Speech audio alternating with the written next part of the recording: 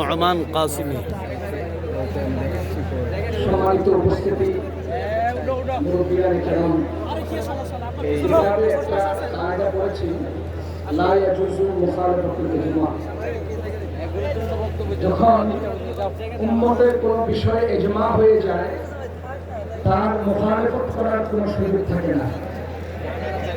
নবীজির সরাসরি হাদিসের মুখালাফত সাহাবীগণ করতে পারতেন না।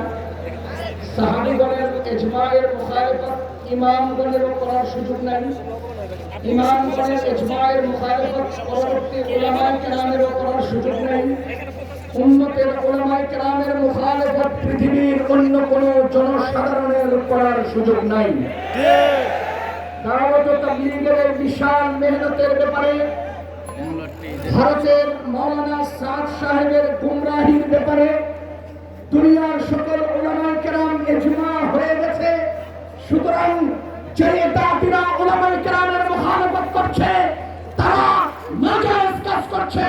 উলামায়ে কেরামের মুখালাফত করে দাতিদের ক্ষমতায়ন, অতীতের সরকারের দোসরতা, তাদের গোলামি করে এই দেশে দাতিদের ক্ষমতায়ন করার চেষ্টা করেছে।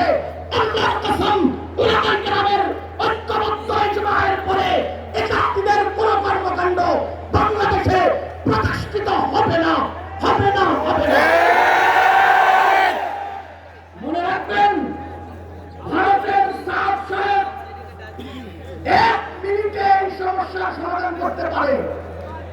আমরা এই বিশাল মজমা থেকে সুস্পষ্টভাবে বলছি, সাদ সাহেব তার গুমরাহির সুস্পষ্ট ব্যাখ্যা দিবে। আর বাংলাদেশের দাতিরা 2018 সালের 1 ডিসেম্বরে যে সন্ত্রাসী আক্রমণ করেছে, তার সুস্পষ্ট ব্যাখ্যা দিবে। এর পর্যন্ত দাতিদের সাথে কোনো আঘাত নাই। আমরা চাই মুরব্বীদের পক্ষ থেকে ঘোষণা আসবে যে আমরা সরকারের নিয়ন্ত্রণের বলয় থেকে বের হয়ে আমাদের দেশের সমস্ত দ্বীনি কার্যক্রম পরিচালনা করতে চাই। আমরা এই মজমাকে কবুল করুন, মুরব্বীগণকে কবুল করুন, আমাদের সবাইকে কবুল করুন।